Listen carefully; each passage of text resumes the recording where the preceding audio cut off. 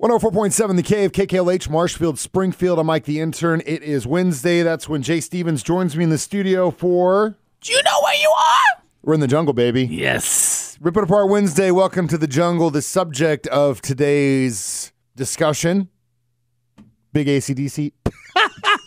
We were talking about AC/DC playing in St. Louis. I don't know. Yes, so I am a big AC/DC fan. Good. Are you also a big Guns N' Roses fan? Guns N' Roses and AC/DC sound a lot alike, actually. They do, actually. They do a lot alike. Guns N' Roses a little bit more punk rock. I would think that probably if you asked them, they would say AC/DC was a big influence on them. Oh, I'm sure they were. You know, 4-chord, just power rock, simple songs.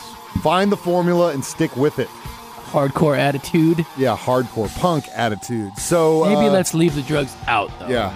It never works out well. You know, we talked about your time in the 80s on the West Coast. Did you ever see these guys early on, or what? No. I was in Hawaii during when they were just up and coming. Yeah, and so by the time I came back, they were already blown up big. And tickets were expensive. Just heard rumors and stories. Yeah. About this band. Yeah, you know. You're like, I gotta check them out. What? They're not wearing makeup. You gotta check them out. My girl, her aunt, I guess, was living in Chicago during the mid to late 80s, and her girlfriend was like, you need to come down and see this band with me. I hear they're awesome.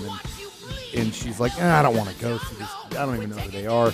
Turns out it was Guns N' Roses. They played to a bar of like maybe 10, 15 people. It was before Appetite dropped.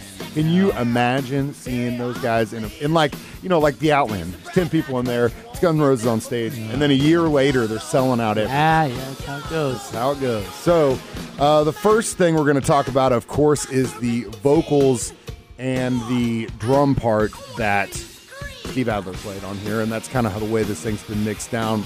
More and more rumors about reunion, too. Yeah, I know. More talk about it. Now Money I'm saying talks. It might be one more year, but still it's coming. Money talks. And so, yeah, I would love to see these guys.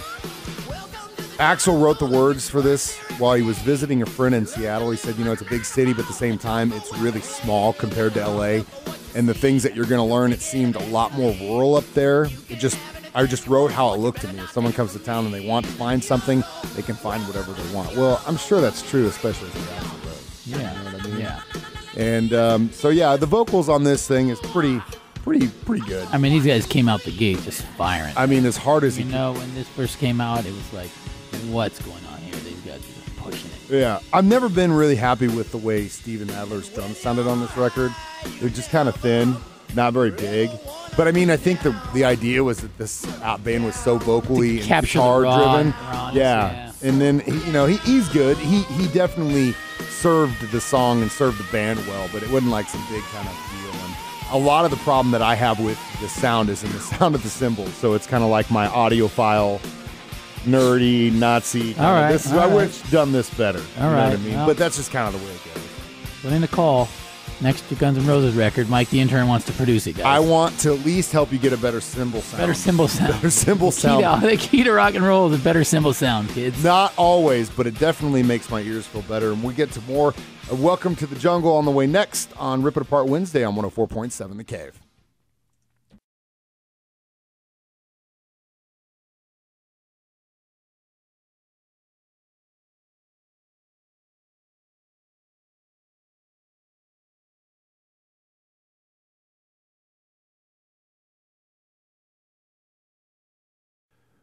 One 104.7 The Cave, Mike the Intern back in the studio with Jay Stevens talking about Welcome to the Jungle from Guns N' Roses. And the part now we're going to play is the rhythm track from Izzy. Song that broke MTV. It did break MTV. It broke a lot of records, too. It's funny. There's a funny story that they say, I guess, when Axl got to New York, the line, "You're in the jungle, baby, you're going to die," was something that he tried to do to these runaways that were in New York at the time. And he said he got off a bus, he see these homeless kids standing there, and he goes, "You know where you are? You're in the jungle, baby. Yes. You're going to die." Which is kind of funny. And now it's a legendary line. Yeah, it is. It is. I think my favorite person to ever say it was Beavis or Butthead. I'm not really sure, but the way they said it was always my favorite. Is he really good rhythm guitar player? I mean, he, Slash kind of just floats. Stole the show, too. Yeah, he's a great guitar player, and but he kind of floats. And Izzy does a really good job of kind of just staying in the pocket where Slash isn't. You know what I mean? And I think that adds to the craziness that is Guns N' Roses, but it's focused. You know what I mean? Yeah, it's nuts, man. And they hit the nail on the head with whatever they were doing. That's for sure. Especially on this first record. Yeah, like it was just every song's a hit. Every song's a hit, man. Every song is a hit. And it was just like nothing else that was out there at the time. That was the key. Yeah.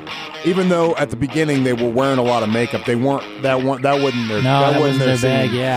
Someone said, "Hey, you should put this on," and I guess they were just like, "Yeah, okay, whatever." But they didn't need. Yeah, I've seen an awesome picture of Slash in like fishnets and eyeshadow and everything. Don't Yes, show it to me. we can do it, man. We can do it. I can't see that. We can run that back. We'll get to more of Welcome to the Jungle from Guns N' Roses on the way next on 104.7 The Cave.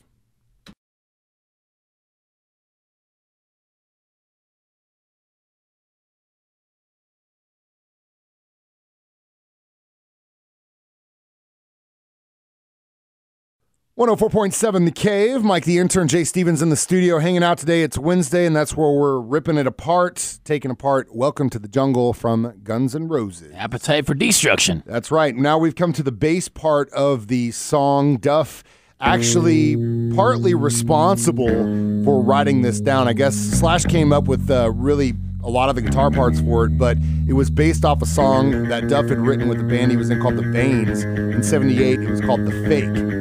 He said it was the first song he ever wrote, and obviously they kind of took that song, made Welcome to the Jungle, rehashed it. Slash said that the song took about 3 hours to write. Yeah, that's Have you ever sometimes how worked it's that gone. hard for this much money in your life? Can you imagine? 3 hours of time. What do you think this paid? 3 hours for $100 million? Oh, man, easy. You know? Tons of chicks. Tons of chicks. Tons of other stuff. Yeah, 3 hours of work. Sitting in your mom's basement. Yes. I mean, Slash's mom's house, or in the basement Sitting at the dealer's house. Yeah. 3 hours. I mean, I'm sure these guys all lived in one little crappy apartment with probably some other bands. Yeah. That's how these guys did it back then. They just scrounged. No jobs.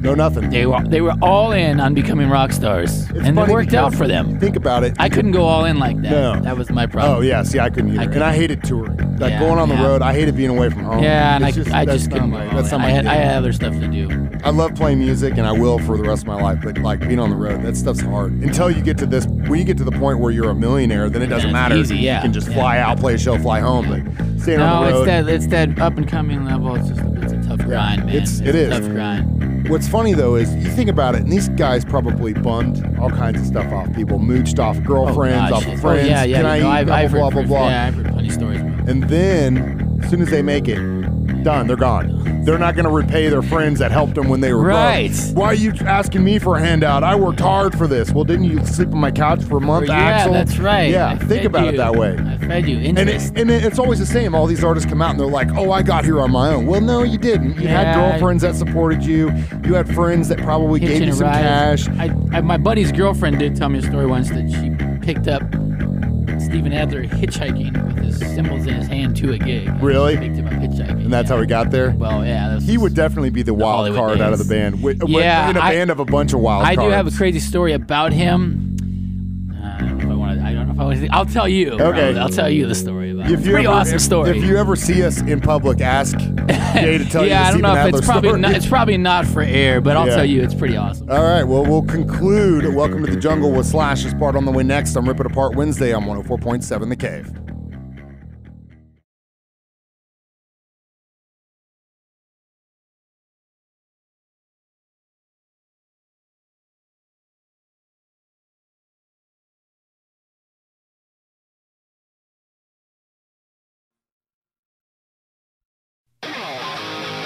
.7 The Cave. Mike, the intern, Jay Stevens, Rip It Apart Wednesday in the studio discussing Welcome to the Jungle by Guns N' Roses. Come to my favorite part of the song, obviously. Oh, yeah, the big Slash. Yep, Slash. And a legend has it. It's a counterfeit Gibson, a Chinese knockoff Gibson he used on this record. Really?